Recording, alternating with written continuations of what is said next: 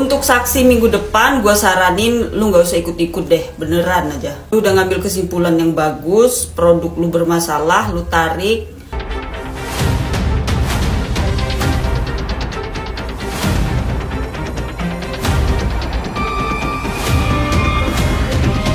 Harusnya yang diperiksa itu rekening pelapor, bukan rekening Nikita Mirjani. Oke, jadi di dalam salah satu postingannya Nikita Mirjani yang mungkin diupload sama timnya dia ya, yaitu mungkin statement dari Bank BCA ya, tentang isu atau topiknya itu kehadiran perwakilan BCA sebagai saksi. Jakarta 14 Agustus 2025, sehubung dengan kehadiran perwakilan BCA sebagai saksi pada salah satu persidangan di Pengadilan Negeri Jakarta Selatan pada Kamis 14 Agustus 2025, dapat kami sampaikan bahwa BCA sebagai lembaga perbankan tunduk pada ketentuan hukum yang berlaku, termasuk kewajiban untuk memenuhi permintaan data oleh aparat penegak hukum sesuai ketentuan undang-undang di Republik Indonesia. BCA senantiasa menghormati proses hukum yang sedang berjalan. Perlu kami tegaskan bahwa BCA senantiasa berkomitmen untuk menjaga keamanan dan kerahasiaan data nasabah sesuai ketentuan hukum yang berlaku. Demikian disampaikan, terima kasih. Nah, di dalam postingan itu kalau kita lihat di keterangannya, itu disertakan dengan beberapa undang-undang nih. Salah satunya Undang-Undang Nomor 27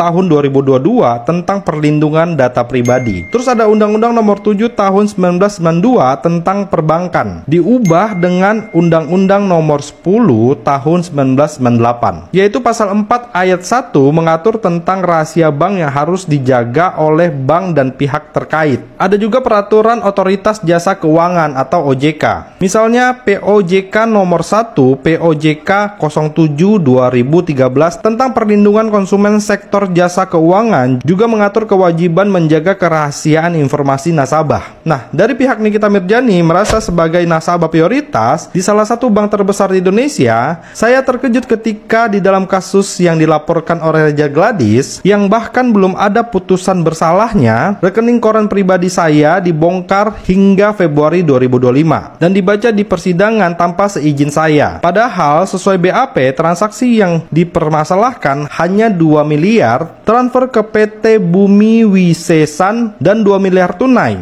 Lalu apa referensinya membuka seluruh isi rekening hasil kerja saya? Bahkan di postingan ini juga bilang seharusnya yang diperiksa itu adalah nomor rekening pihak pelapor, bukan saya atau di sini Nikita Mirjani. Saya bukan koruptor, bukan pejabat publik, tidak bekerja di pemerintahan, dan tidak ada unsur paksaan yang ada kesepakatan yang dilakukan. Kejadian ini bukan hanya menunjukkan liciknya permainan hukum, tapi juga membuat saya bertanya, jika privasi nasabah prioritas saja dilanggar, bagaimana nasabah biasa bisa merasa aman? Nah, itu adalah postingan Nikita Mirjani yang diposting oleh timnya. Coba kalau menurut kalian logis nggak sih kalau rekening koran dibuka sebelum putusan? Atau mungkin kalian punya pengalaman serupa? Coba tulis pendapat kalian di kolom komentar dan jangan lupa follow akun ini.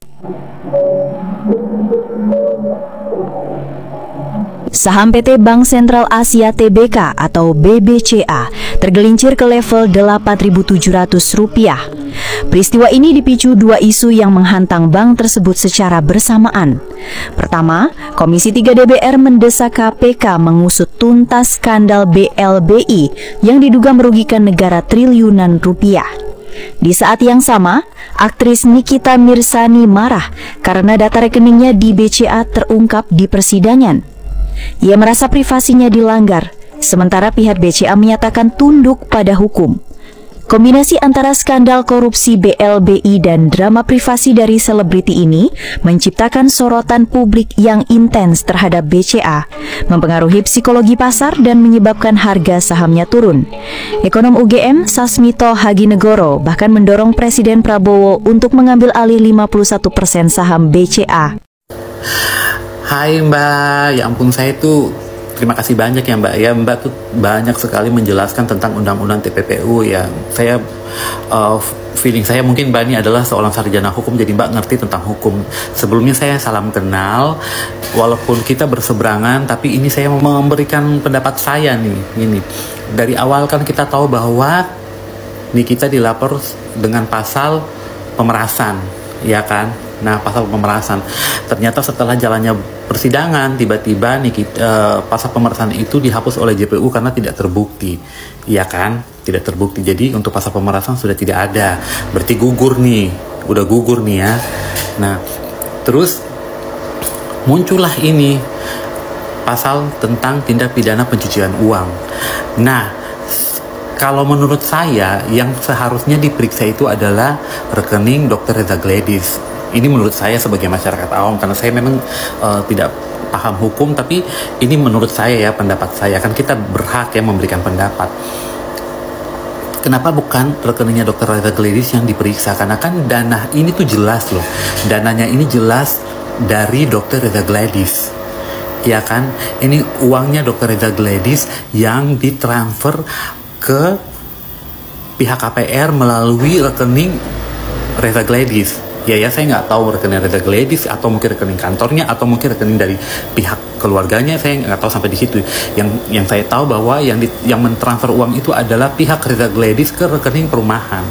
Terkecuali kalau Reza Gladys mentransfer uang itu ke rekening Nikita Mirzani, terus Nikita Mirzani melanjutkan untuk transfer ke KPR ke pihak perumahan ya. Nah, itu baru boleh diperiksa ya. Nah, kira-kira nih gimana nih? Saya kayak jadi bingung gitu loh. Kok bisa tiba-tiba ini kasusnya langsung masuk ke tentang pasal tindak pidana pencucian uang. Padahal dana yang ditransfer itu adalah jelas bukan dana yang dikorupsi, bukan dana ini jelas loh uang dari Dr. Reza Gladys. Tentang pemerasan itu kan sudah dihapus tuh, berarti kan sudah selesai gitu loh, sudah nggak ada perkara lagi. Kok bisa masuk ke tindak pidana pencucian uang gitu loh? Tolong Mbak jelasin ya biar saya bisa lebih paham lagi, oke? Terima kasih ya Mbak ya. Semoga Mbaknya lihat video saya, Mbaknya langsung memberikan penjelasan. Thank you. Untuk saksi minggu depan, gue saranin lu nggak usah ikut-ikut deh, beneran aja. Lu udah ngambil kesimpulan yang bagus, produk lu bermasalah, lu tarik, lu perbaiki, lu berbenah. Lu udah bagus ngabisin duit lu untuk upgrade barang-barang lu ke yang lebih bagus lagi. Jadi gue saranin lu nggak usah ikut-ikut daripada nanti lu dirujak sama netizen. Gue lihat lu juga udah diterima sama netizen, dan barang lu juga gue lihat udah di review sama Rezuka Ari. Barang lu yang segede gaban itu, yang sekilo itu, gue gak tahu namanya apa. Ini pesen terbaik untuk lu, lebih baik nggak usah ikut-ikutan. Lu udah bagus nggak ngabisin duit lu untuk NM, lu udah bagus nggak ngasih duit lu untuk bayar buzzer, lu udah bagus nggak ngasih duit lu untuk nyerang orang. Pilihan lu udah tepat, yaitu ngabisin duit lu untuk memperbaiki produk lu ke yang lebih baik lagi. Gue lihat juga netizen udah sayang sama lu. Aku saranin jangan ikut-ikut masalah ini, takutnya nanti netizen ya belok lagi, repot lagi nanti kan. Udah fokusin aja jualan, dan juga pesan gua semoga jadi owner yang amanah. Jangan hanya ngambil untung aja, tapi pikirkan juga manfaat untuk konsumen, pikirkan juga kesehatan konsumen yang beli produk kalian. Itu tanggung jawab kalian, dunia akhirat itu tanggung jawab kalian sebagai penjual. Pokoknya untuk kita semua jadilah pedagang yang amanah. Netizen, ya ini bagi yang aja ya. Dari mana aku ketar-ketir ya, terlepas kau mau jadi saksi-saksi sana ya, nggak peduli aku ya. Tapi aku cuma ngingetin ya, itu ngingetin bego. Maksudku jualan kau udah aman-aman aja gitu. Netizen udah mulai respect lagi, kau udah bebenah. Terus kalau kau mau ikut-ikutan lagi ya terserah sih, aku sih terserah gitu. Cuman ngingetin aja gitu, sangat disayangkan kalau semisal ya gitulah. Bukan takut, bukan ketar-ketir, nggak ada. Ini ya buat ternak-ternaknya SSRG Petro. Karena kenapa aku bilang gitu? Karena ini paut semua ternak-ternaknya. Karena ternak-ternaknya ini kita Mirzani smart nih ya, cerdas semua dia guys. Seperti itu guys. Kenapa aku bilang paut ternak-ternaknya mereka guys? Karena sudah dibilang Nikmir itu nasabah prioritas Bank BCA. Kalau sudah nasabah prioritas itu guys, itu minimal saldo di rekening itu 1M. 1M, tahu kalian? Kalian bilang pula saldo ini kita Mirzani tinggal 375 juta. Kalau sudah seperti itu saldonya berarti dia nggak nasabah prioritas, tahu? Ngerti kau? Bahkan setelah nambah nasabah prioritas, kalau di BNI ya ada yang namanya nasabah prioritas private itu 15M ke atas saldonya. Ngerti kalian? Jangan menunjukkan kebodohan kalian di depan publik. Kalau nggak ngerti, diam. Yang bikin malu dasar kau ternak-ternak PA.